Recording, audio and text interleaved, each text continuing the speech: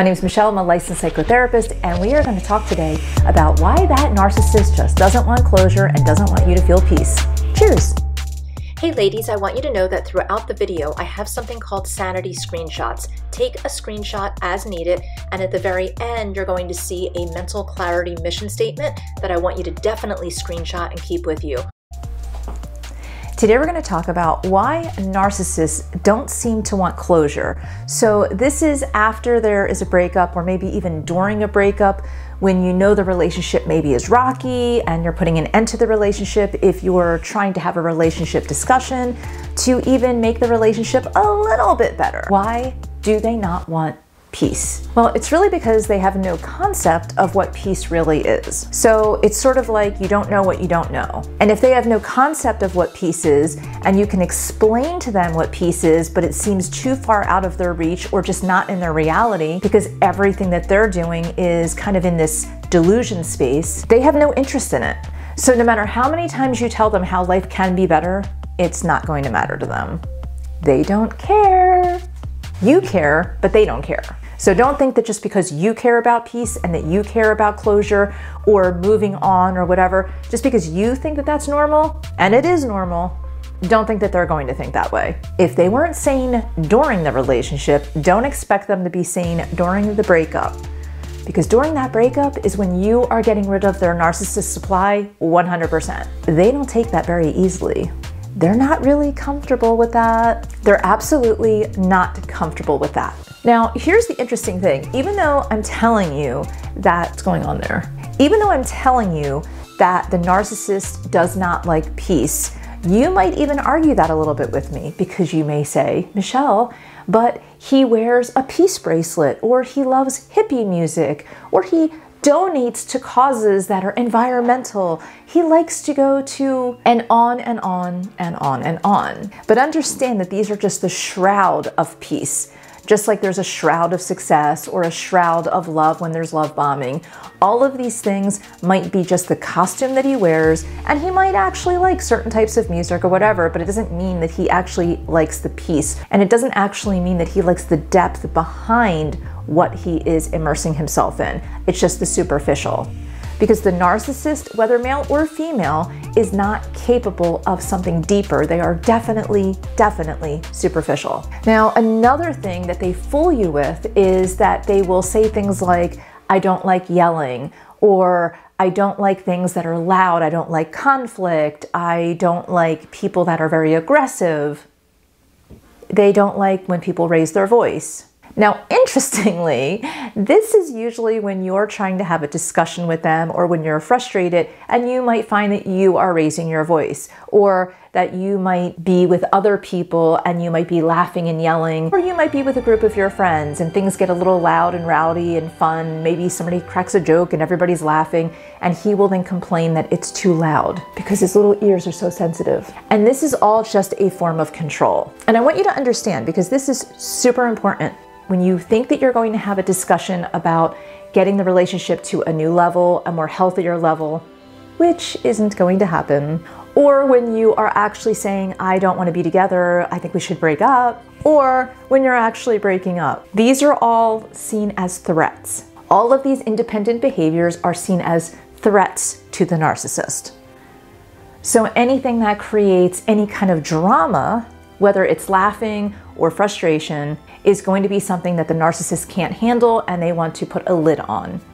Because as long as there's no drama on your part, they're in control. Now here's another interesting concept. They like to create drama, but they don't want you to react to it. Well, actually they do want you to react to it, but they want to make you feel bad for reacting to it. So for instance, they might do something really hateful or hurtful. You'll react to it, and then they'll vilify you for actually reacting to it. You're supposed to just sit there with a big smile on your face and be okay with it. Not appropriate. You know, everything that they do, all of this is control. So even if there's a breakup in the relationship, they want to control every aspect of it. And remember, attention is attention to them. So whether you are happy and in awe of them or crying over them, it's the same to them. They just want that attention. They want you to feel in pain regardless of how it goes. They prefer you to feel in pain because as long as you're in pain, they're in control and they feel good about themselves. It's really sick. It's really very sick. So everything is on their time. It's their reasoning, their decision, their perceptions, their assumptions are always correct in their mind.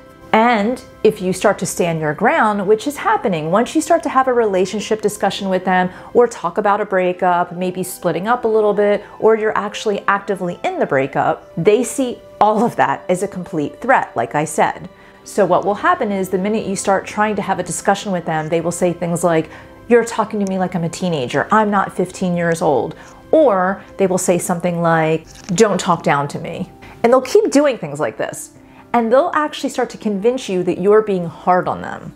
And as long as you start to feel bad, anytime you start to feel bad, anytime you start to have any self-doubt, they regain control. And that's what they're trying to do.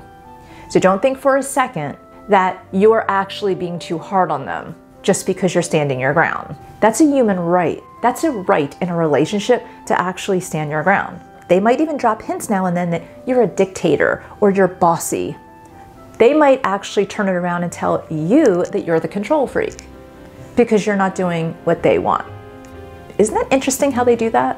They'll even do things at periodic times to make you feel bad in the guise of a joke. So there will be a joke at your expense that you are in some way bossy, controlling, a dictator, or in general, not a nice person.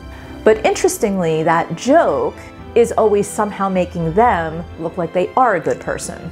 So even when there's any kind of a breakup happening or a relationship talks or anything that's happening where you're feeling potentially vulnerable and they should be feeling vulnerable and they should either want to make it work with you or to peacefully close the relationship, they're still finding ways to use that relationship and use your emotions against you.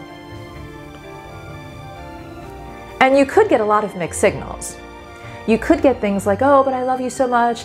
I can't imagine life without you." And then they'll turn around and still not work on the relationship. So they can actually imagine life without you because if that were the case, they would be really doing anything in their power to keep you happy and to keep the relationship very healthy and alive. But they're not doing that because they're a little crazy. Remember that confusion is one of their weapons. So it's very normal for them to go from swings from being completely emotionally disconnected to being very syrupy sweet and love bombing, and then swing around and become a total victim and point the finger at you, and then go back to being emotionally disconnected.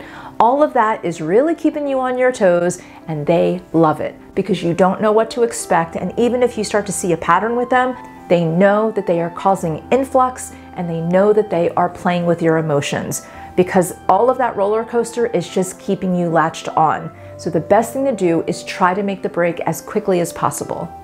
They don't want closure because closure would mean that they are releasing. They actually don't want closure because closure would mean that in some way their narcissistic supply is ending. So even after a breakup, they're still going to find ways to get under your skin because as long as they think that they're getting under your skin, even if they're not seeing you, they feel some kind of sick benefit from that. So remember, they're effed up, not you. Now I understand you're going to feel lots of confusion, you're going to feel pulled in a lot of different directions, but I want you to remember one important thing. They're the ones messed up, not you. Hey ladies, so here is the clarity mission statement that I wanted you to have. Please go ahead and screenshot it. I'm just going to read it out loud to you. I want you to read it out loud to yourself whenever you feel that you are trying to get closure and you feel like someone's trying to block that. I deserve closure.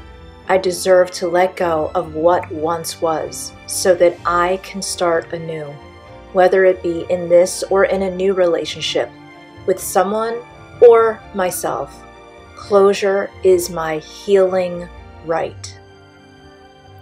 I hope this has helped you.